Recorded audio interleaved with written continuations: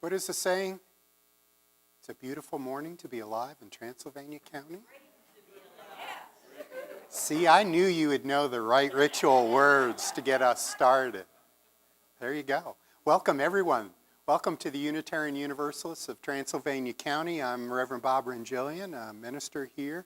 I'm going to be joined today in the service. We've got Kevin Lausch doing the story time.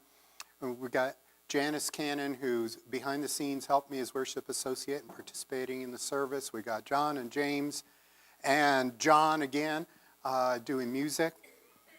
We've got Catherine and Doug in the sound booth. We have ushers. We have greeters.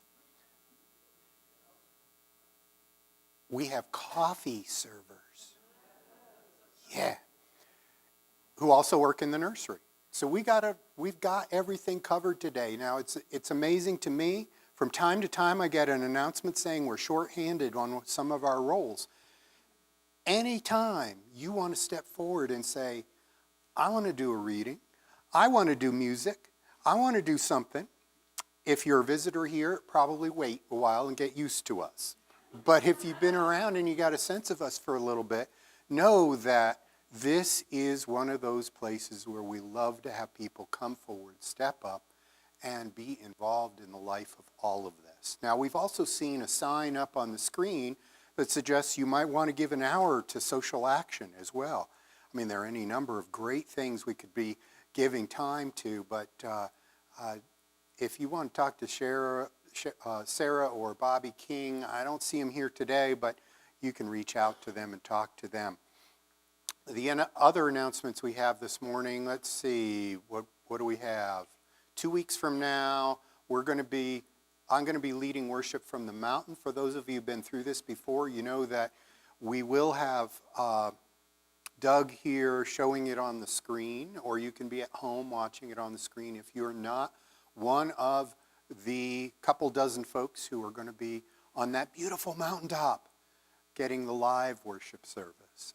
So just to let you know, it's 2 weeks, two weeks from now. Project Tarps and Tents, I did see somebody bring in another tarp or tent, put it in the box in the main lobby. We remind you that here in Transylvania County, our homeless folks, in trying to keep dry, aren't under bridges. They're out in the drippy woods in this lovely rainforest. And so we are trying to take part in the project that's collecting tarps and tents for them. We've been hearing about disasters and upcoming disasters. Last week it was the West Coast. Now it's Florida. If it's a major disaster, there are, of course, the usual places to donate money, but the Unitarian Universalists also have a disaster relief fund if you're always looking for something new in which to be generous. We have a CPR class today. We're going to be teaching. If anybody here part of that CPR class, I'm going to be in that CPR class. And 1, 2, 3, 4, 5, 6. So we've got a half dozen in the room at the moment, and I think we've got a couple more who are coming to it too. And there's going to be a follow-up one where you're hoping in September. If somebody's here is interested, we picked people who are leaders, greeters, who we'd know would be around. But if you want a CPR class, we're going to try to arrange a second one. Just let us know. In fact, let RK know. Because today's is at 1. I don't know when the September one will be because there's some details we haven't quite finished up on that one. I have a special announcement from LHHH, our care ministry. I invite Leslie to come forward. And I will hold my microphone in front of you. Thank you. Okay, so you can hear me? Okay, who did this? This was Loving Hearts Helping Hands, because we thought, uh-oh, suppose something happens to you and you're a caregiver. You might, or maybe you have a cat or a dog. What's going to happen with them? Where are your things? the first part is what happens in an emergency, just so you think about it. The bottom part is things that most of us probably already have thought about to just gather together, but we just are putting out the reminder, and that's what this is about. And I thank the team for thinking ahead and looking through all the possibilities of making this a more caring and integrated group of support for us all.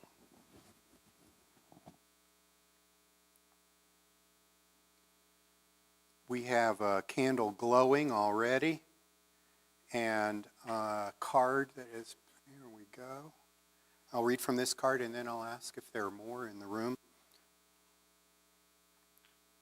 Karen Kitchen's Law says, I'm thankful and appreciative that a kind fellow returned my phone after I left it on a bench in Toronto.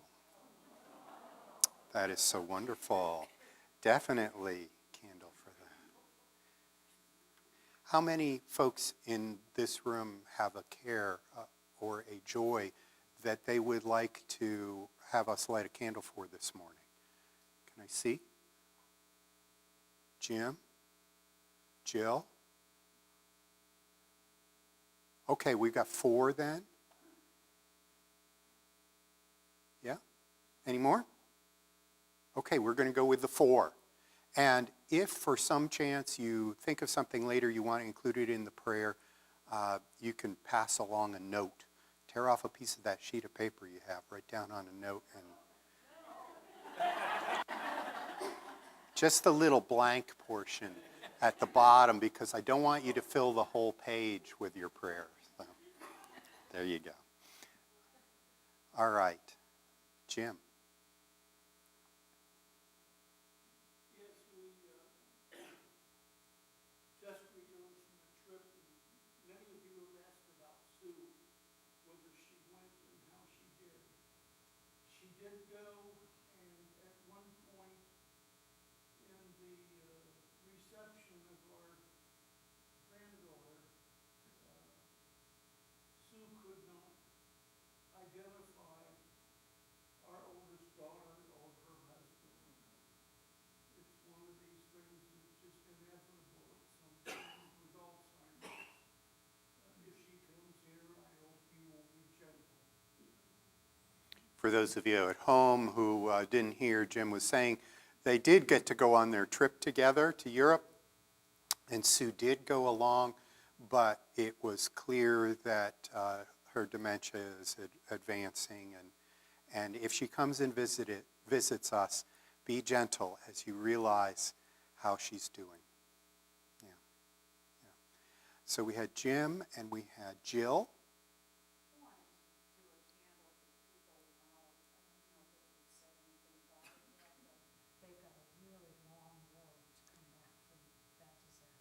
Jill has lit a candle for the people of Maui and their long road back. We care for them.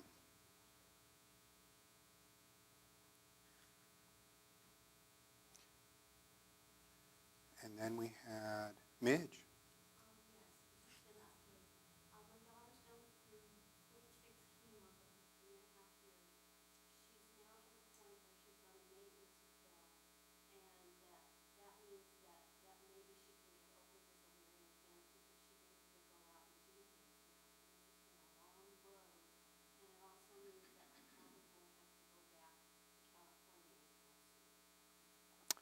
That is such positive news, Midge. After 26 treatments, now being on maintenance, your daughter can get out and do things, and it may mean that Mom isn't called back to the West Coast. That is wonderful.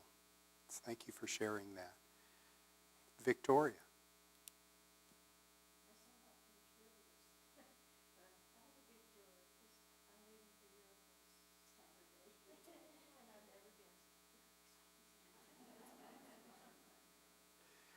And a wonderful joy and excitement for you, Victoria, as you prepare for your trip overseas. Wonderful. We hold all of these candles and those things that haven't been shared either by the people in this room or those of you who are watching online, we are a community of care and support. We hold one another in our joys and in our sorrows. In all that happens in our lives, we are not alone, and we are glad of it. And now I ask you to turn and greet each other and welcome the dignity of the people around you in this space.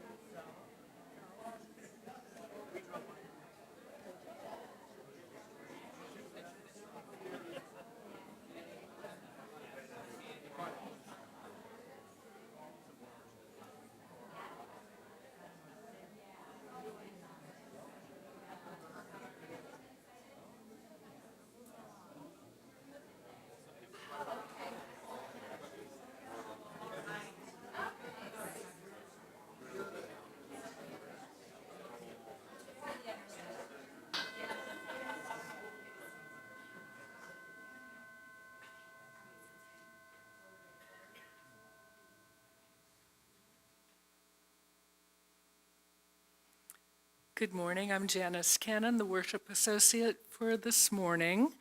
In the way of introduction, I'm going to be reading The Heart of Our Faith by Monica Jacobson Tennyson.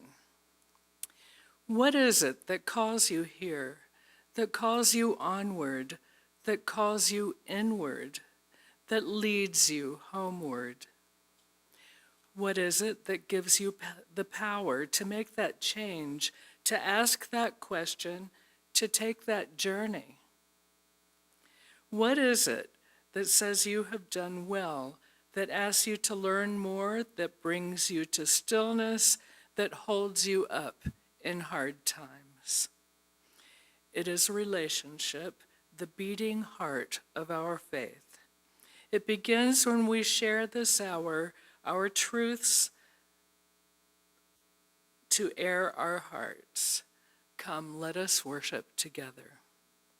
Our opening hymn this morning is number 86, Blessed Spirit of My Life.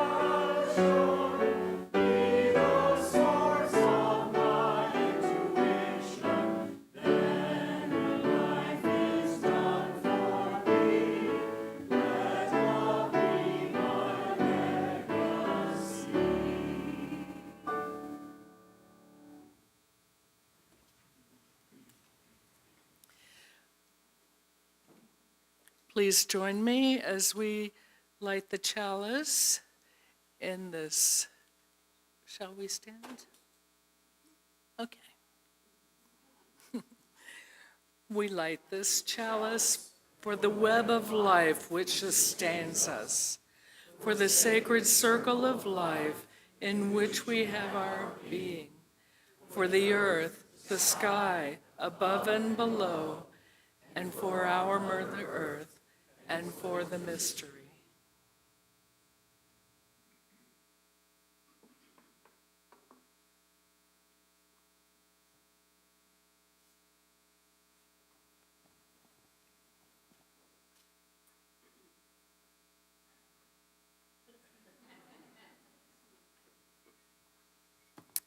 Good morning.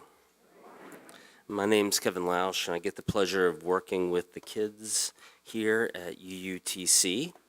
And today, our book is called My Baba's Garden. And it's a wonderful book by Jordan Scott, illustrated by Sydney Smith, about caring and sharing together, and the way that caring and sharing can be cyclical through the generations of a family. And it's about the passing on of values and the honoring of wishes. And before I begin, it's also a true story based on the author's life with his grandmother, who moved from Poland to their little home in the country in Canada many years ago. My Baba lives in a chicken coop beside a highway, behind a sulfur mill shaped like an Egyptian pyramid, bright yellow like a sun that never goes to sleep. My dad drives me there every morning. It's still dark as we drive along the sea. I watch the sun come up, and the mountains look like whale bellies.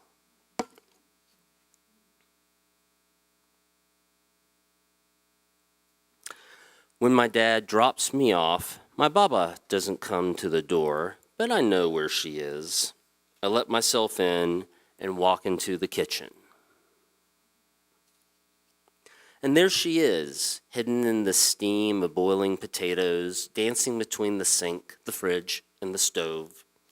A hand holding a beet, a leg opening a cupboard, an elbow closing a fridge door.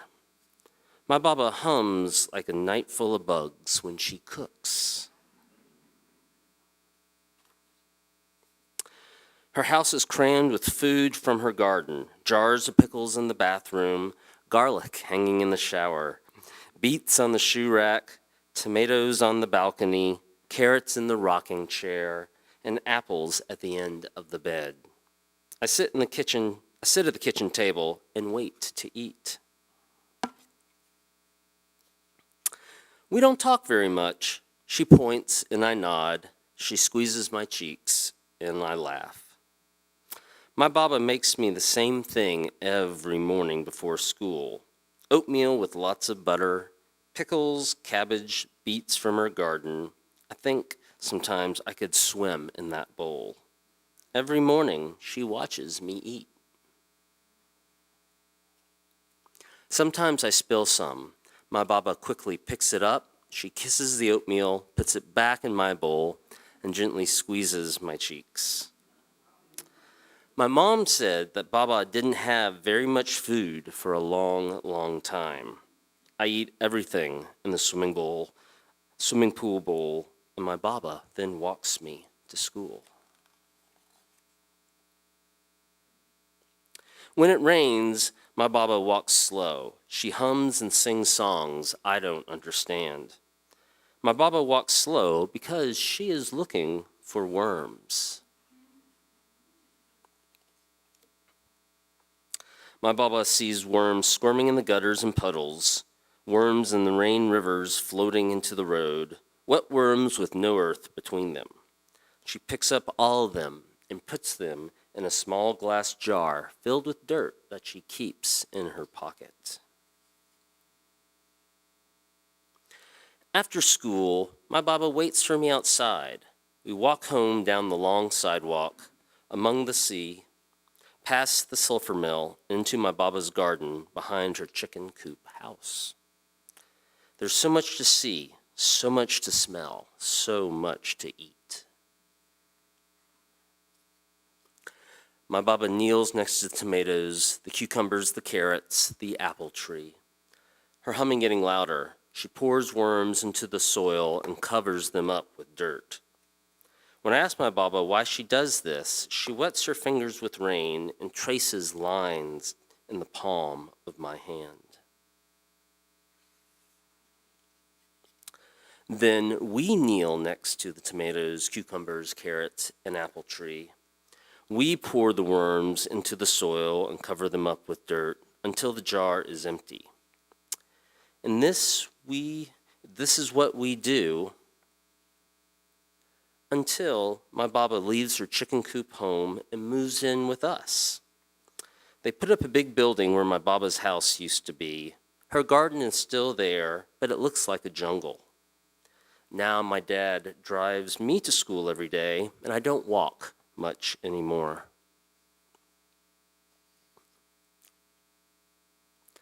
My Baba sleeps in the room at the end of the hallway, next to mine. And I bring her oatmeal and one sliced apple every morning.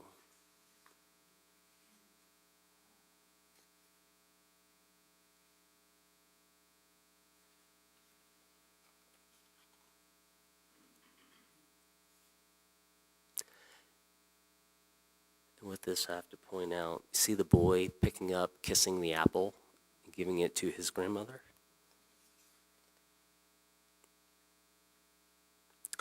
My mom and dad are too busy for a garden, but my Baba kept seeds from her sun gold cherry tomatoes. I planted them in a small pot that I put outside her window. I've never planted anything before. I hope they grow. And my Baba tickles the lines in my palm with her finger. We look out the window at the rain falling on the bright yellow sulfur mill and the mountains shaped like whales. And I remember. I run down the hallway and out into the rain. I walk slow and pick up every worm I can. We live in a big circle of love and care, and what we show to people, they can show back to us. And that way we can pass along our values and our wishes, and hopefully their lives will be enriched. Thank you.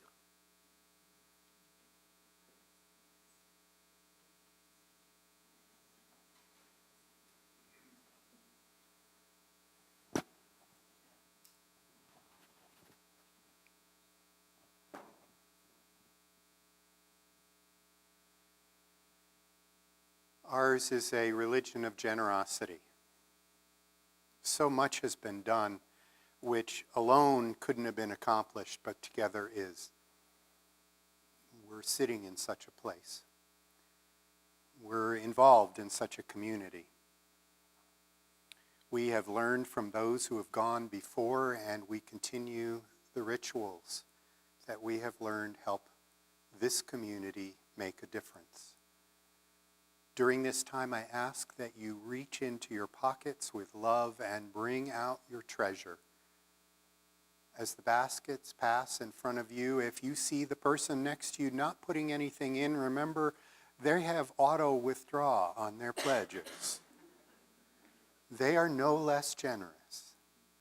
But know that every once in a while we put in a little bit extra, especially into the envelopes for our special collection this month.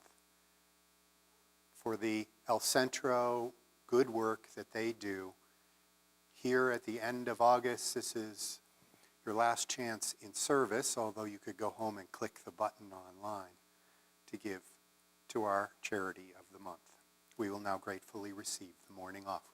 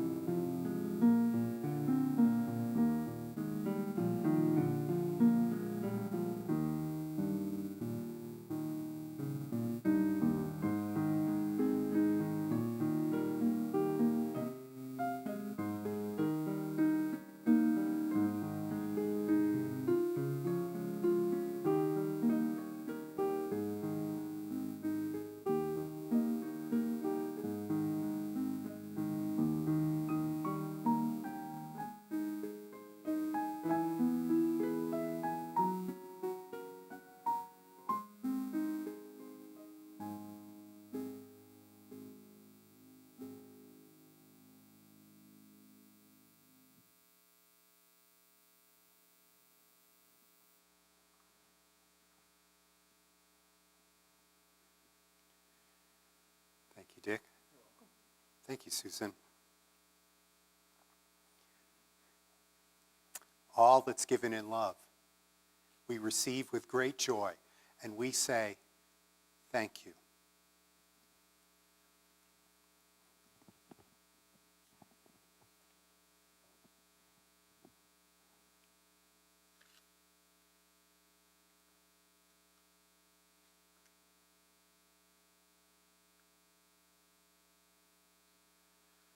I invite you in whatever way you get into a particular place in your body, in your mind, in your spirit, to enter into this time of prayer and meditation with us.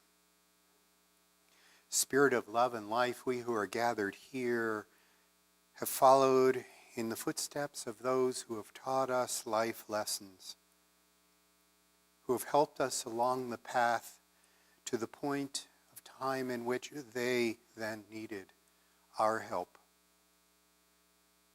We are grateful for those things which have nourished us, helped us, sustained us, uplifted us. We are grateful in the love that is shared boundlessly among human beings. Our hearts go out to those who are suffering in moments and ongoing traumas from natural disasters. May we remember that we are not supposed to be alone, us and them, but somehow connected in heart and in resources. Spirit of love and life, we rejoice with those who help others. In particular this morning, the evidences of kindness and good in the gesture of a returned iPhone, which means so much more than just a physical object. Our hearts go out to those who are recovering and on the path of recovery from cancer or any illness. In particular, Midge's daughter, after all her chemo and now on maintenance, we rejoice at this stage for them.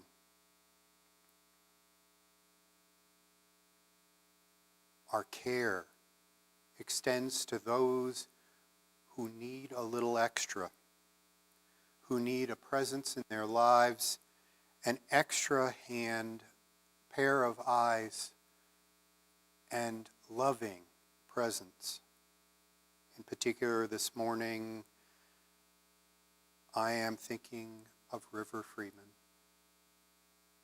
and Elizabeth getting the help from those in this congregation who are coming to visit and bring meals as she is in hospice.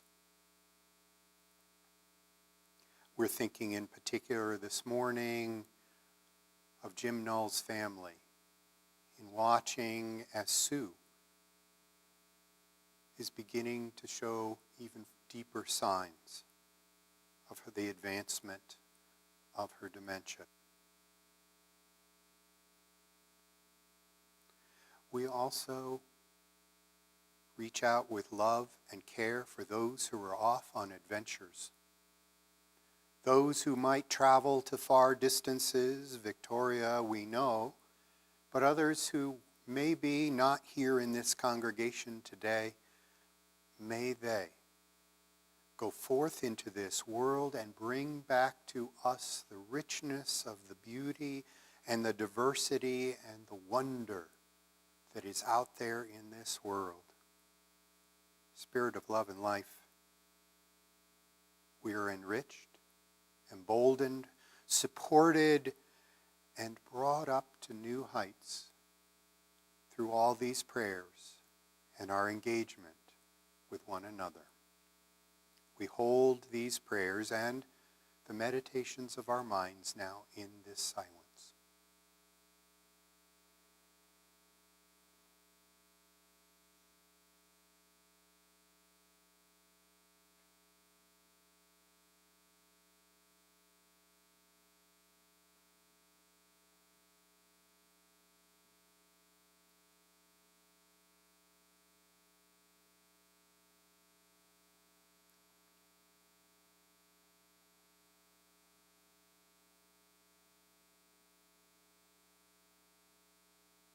in the names of all those known and unknown, remembered and forgotten, in the names of all the helpers of humankind, we say, Amen. Blessed be.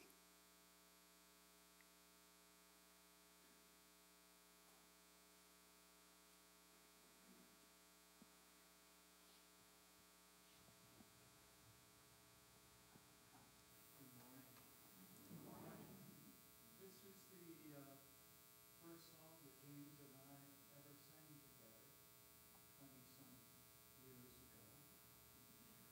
Almost got it Hard to down believe, now. but it's true, yes. Yeah, yeah, We're still learning the words, so bear with us. but- yeah. And we thought we would leave you with this. We're going to be going back to Florida in a few weeks, but we love being here and we love all of you, and this is for you.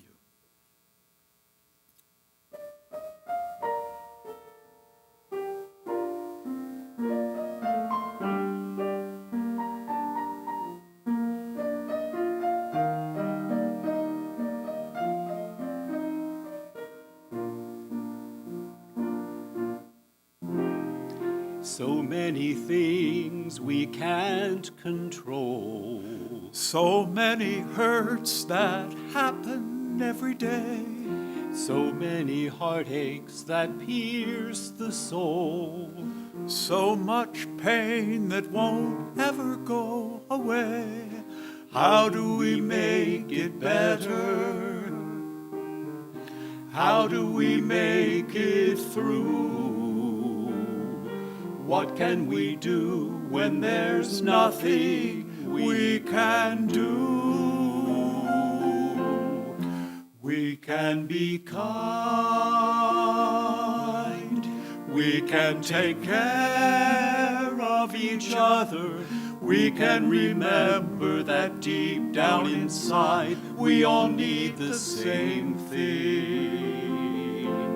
And maybe we'll find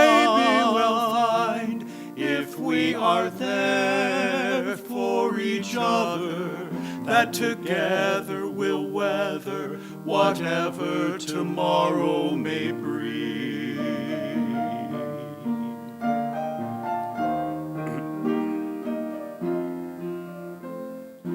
Nobody really wants to fight.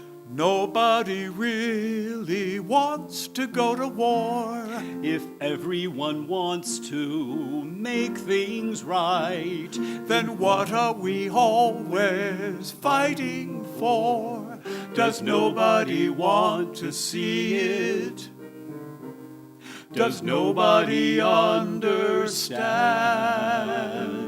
The power to heal is right here in our hand. We can be kind. We can take care of each other. We can remember that deep down inside we all need the same thing. and maybe we'll find. If we are there for each other, that together we'll weather whatever tomorrow may bring. And it's not enough to talk about it. Not enough to sing a song. We must walk the walk about it. You and I, do or die. We've got to try to get along. We can be kind. We can take care of each other. We can remember that deep down inside we all need the same thing. And maybe we'll find. If we are there for each other, that together we'll weather whatever tomorrow may bring.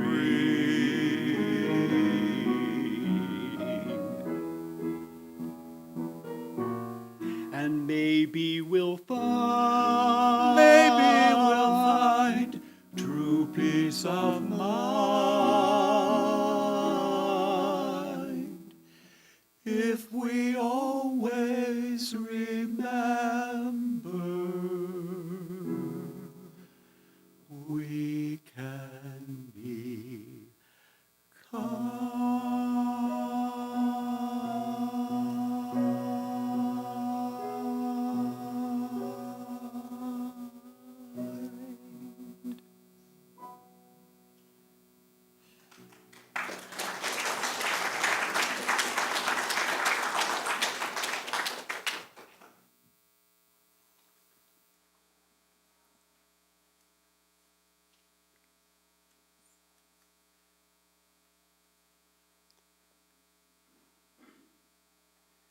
Susan Shushaki is the author of this reading, a colleague in Unitarian Universalism.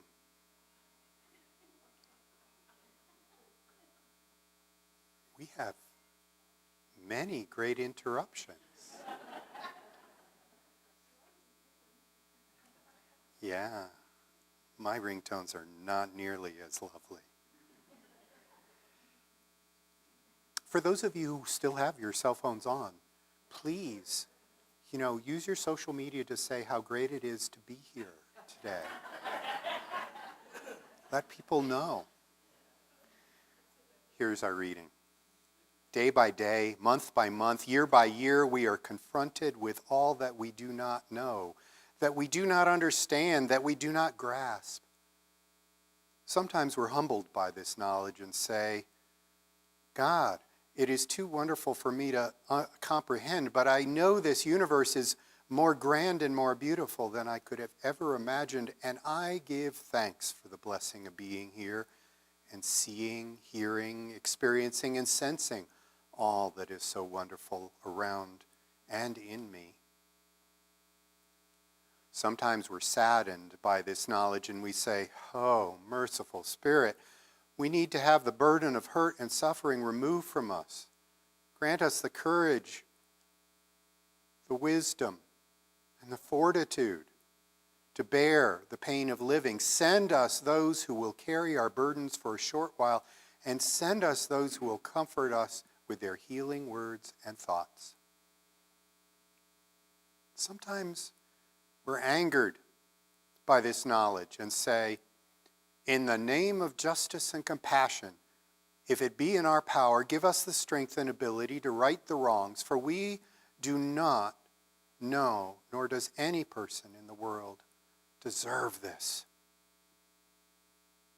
Sometimes we're made joyous by this knowledge and we say, Spirit of life, who blesses our world, we rejoice and we cheer for our glorious life.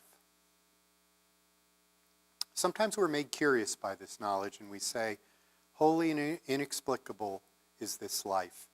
I have no idea what happened or how it happened, but somehow, some way, something changed and I'm free to explore new ways of being.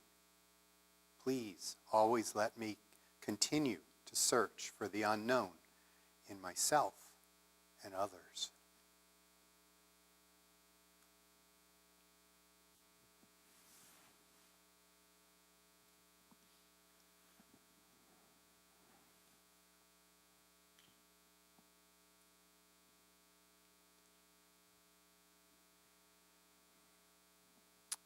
There are certain auction items that bring in money in various congregations.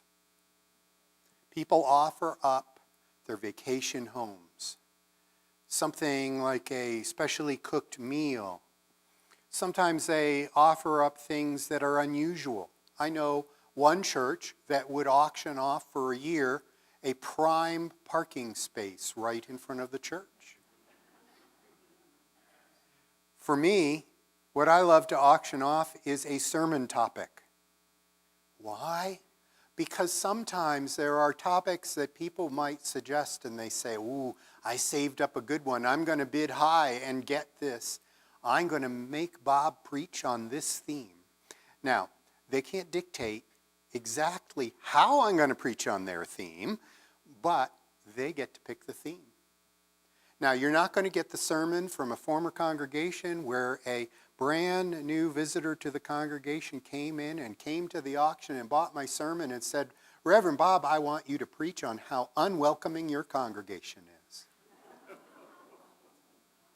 And you're not going to get the sermon, that was on a certain Icelandic band's newest music video in Icelandic and the meanings of it for us as Unitarian Universalists. That was a very popular sermon after all. What you are getting today is a question. What are your wishes? And I'm going to tell you what precipitated the need for this sermon. You see, I announced this morning that we're going to have a CPR class. And we just got a new AED unit right over there on the wall near the kitchen. Easy to see, easy to use. We're going to learn how to use it. It comes with both child size and adult size electrodes. It was given in memory of Dave Roberts, who as a member of the safety team had suggested that we have one on hand. And somebody at the memorial service said, I hear that he suggested that. I will get one for your congregation. And so we have it. And as we announced that we have the AED, I was given this challenge. I don't want you to use that on me, Reverend Bob. Because you see,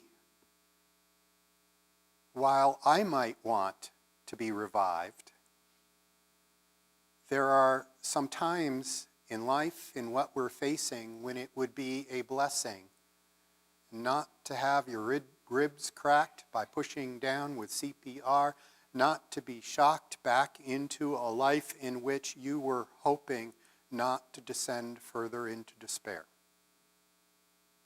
And so we have the question, what are your wishes? I looked up some statistics. Greater than 50% of 911 calls from churches have to deal with a heart attack or cardiac arrest.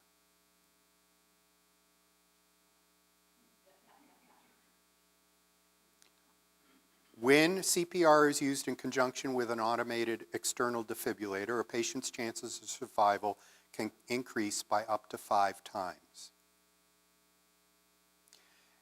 CPR alone, of every 100 victims seated with CPR alone, 95 died. 2 or 3 survive a few days, and 1 or 2 fully recover. Out of 100, 1 or 2 fully recover. With defibrillation, the survival rate increases dramatically, and according to this quote from Church, Law, and Tax Review, which is a Richard Hammer writes a manual every year for churches to follow on laws and taxes and filling out all sorts of forms governmentally. This said that, according to an article in a prominent medical journal, the survival rate jumps to 74% for victims of cardiac arrest who are defibrillated within 3 minutes. It's not a substitute for calling for 911, but with the delays that may be expected of getting an ambulance, an EMT here, after 12 minutes, the chance of survival after calling 911, if it takes this long, the chance of survival is 2 to 5%.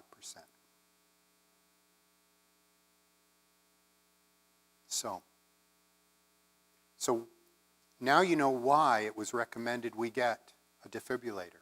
Now you know why we might make a choice to train ushers and leaders to know what to do, to use the technology available to us.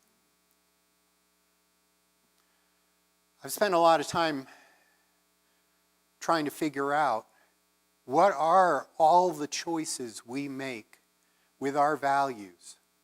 And I have decided that yes, it is right and valuable for us, knowing these statistics, to have that on the wall and to be trained to use it. And then it is right for us to realize that there are folks among us who do not want and have a do not resuscitate order when they're in medical facilities. But we're not a medical facility. It's almost, the forms that were left out, hey, who knows what to do when in an emergency? We have a binder here that was compiled over the years which says who you want to be called if something happens, who might make arrangements for you. And in that file folder are blank sleeves with little notes saying this person was emailed in May of 2019 and never replied. Is that you? We had the care team look through the binder themselves and realize that their deceased spouses were listed as the point of contact. If you are expecting your minister, your ushers to know what your choices are and who is important to follow up in an emergency, we have to have better communication. What are your wishes? I would no more know in an instant of an emergency of your collapse what your wishes are of what I should be doing in that moment as I would know what you always order at Starbucks on a Thursday morning. And I tell you that all of us, even if we were told at some moment of time when we were all calm and collected, in the moment of fear and panic, you think I will know exactly what you need? It would be a miracle if I did. Because I know in that moment, my focus is so narrow. How are the people around you? What are we doing now? Who do we rely on? What happens next? It's a little better after we've had breathing room to say, what was the song you wanted to include in your memorial service? Or remembering that somebody has to let the dog out.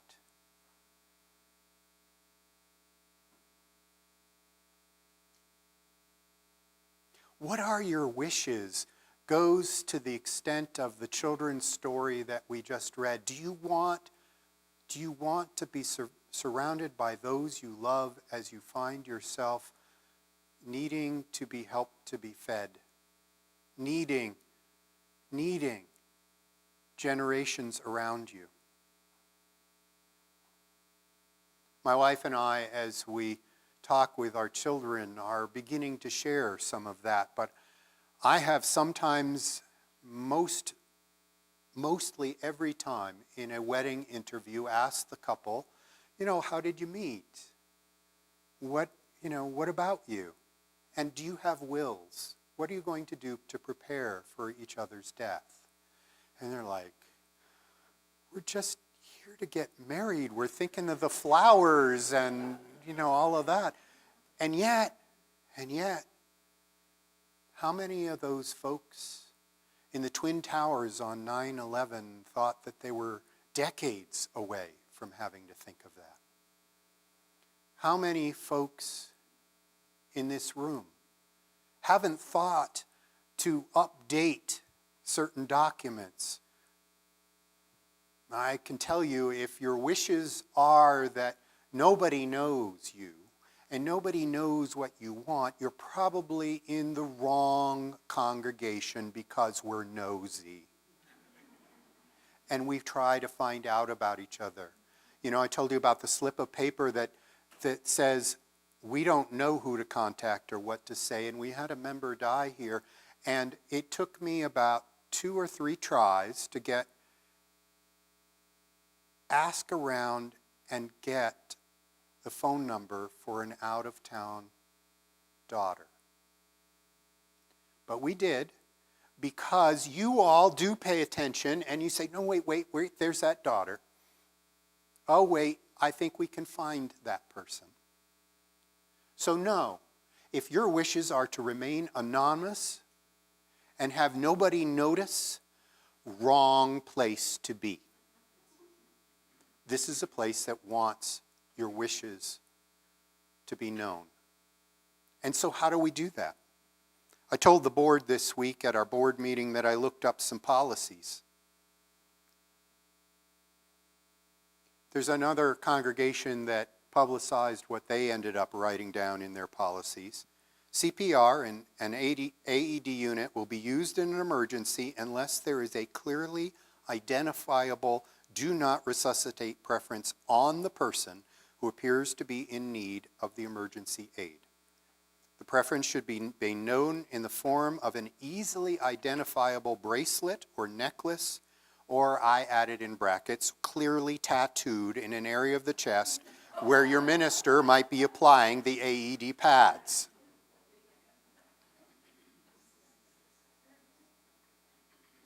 That means finding a tattoo parlor now while you still have a chance.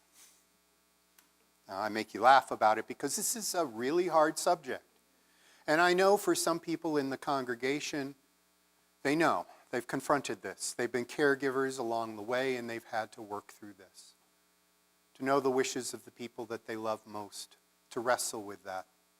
I will say that in the training that I've had as a minister, if you have said to people and you have it written down in either a most form, which you can get from your doctor and keep updated, which says exactly what you do or do not want done, or some other living will form at that point of time, I will tell you that in my training,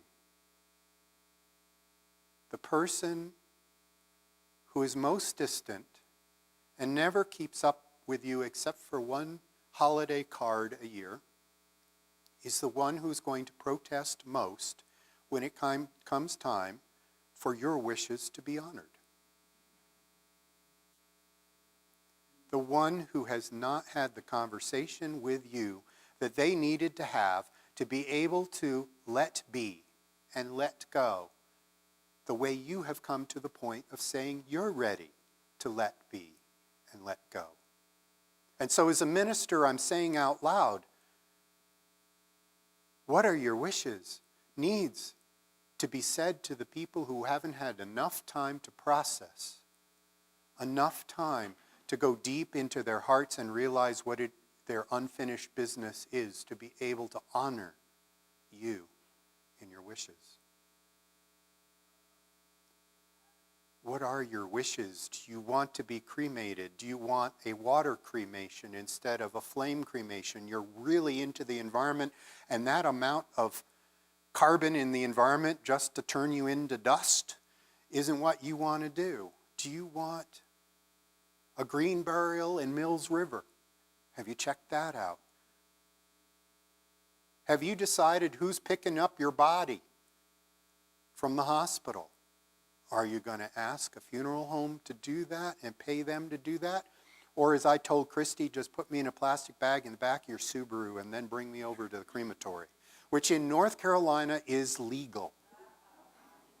As the person explained this to me, the funeral homes have not, as a lobby, been able to make it illegal in this state as they have in others. What are your wishes? So many choices. This is almost like getting a brand new car or a home heating system or, wow, even that Starbucks order. Do you want this or that? Do you want this or that? The more choices that you have made have often made it easier for the people around you, who then don't have to walk through each and every one of those choices in their time of grief and sorrow. Whatever you've laid out in an envelope on your refrigerator, hung on your doorknob, shared electronically with your loved ones, whatever ways you have said, my wishes, my hope, may take a weight off of the people who will follow in your footsteps. I had a good book passed on to me, which I admit I only skimmed, but I found the best little reading near the back. Well, there's one near the beginning by Reinhold Niebuhr. God grant me the serenity to accept the things I can not change, and the courage to change the things I can, and the wisdom to know the difference. And there's a whole lot of end-of-life choices that fits that serenity prayer. But there's something here about a person, and this book is called Hard Choices for Loving People, CPR, Feeding Tubes, Palliative Care, Comfort Measures, and the Patient with a Serious Illness by Hank Dunn. And he includes here a little bit called Giving Up, Letting Go, and Letting Be that he wrote. Giving up implies a struggle. Letting go implies a partnership. And letting be implies, in reality, there's nothing that separates. Giving up says there's something to lose. Letting go says there's something to gain. And letting be says it doesn't matter. Giving up dreads the future. Letting go looks towards the future. And letting be accepts the present as the only moment I ever have. Giving up lives out of fear. Letting go lives out of grace and trust. And letting be just lives. Well, I could go on with what he wrote, but what I have in that is, in a summary, a brief bit of maybe you know yourself. Do you have a hard time giving up? Do you have a hard time letting go? Do you have a hard time just letting be? Your minister is here as part of helping you through your personality quirks and your wishes and the ways in which we can be the community for you. For all of you who have sat through this feeling uncomfortable, I am pastorally sorry to have sprung this on you. But I am also pastorally hopeful that rather than walk away with the discomfort, you sit with it, decide how you want to bring it back to me, and fling it back in my face in a pastoral appointment, on your porch, in your living room, or here, in a way that leads to a better resolution of your feelings than you just holding everything in. As I always say, may what you learn here help you go out into the world and return again in love. And in all your wishes, may you know that your minister and the people around you will probably want to do CPR and defibrillation on you unless you have very clearly made it obvious in some way that you want otherwise. Let your wishes be known. I honor you. The auction winner can say whether he got his money's worth or not.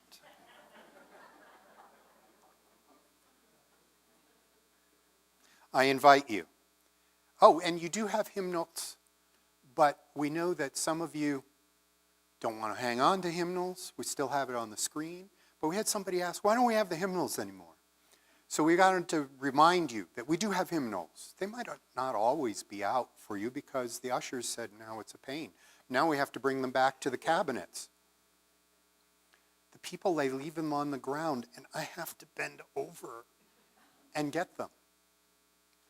We're trying to be kind to our volunteers. Remember, we ask you to sign up to volunteer. We'll be kind to you too. But if you ever not see the hymnals and you want one, they're in the cabinets, and the ushers would be glad to help you in getting what you need. We love your singing. Please rise as you're willing and able and join in our closing hymn, number 322, Thanks Be for These.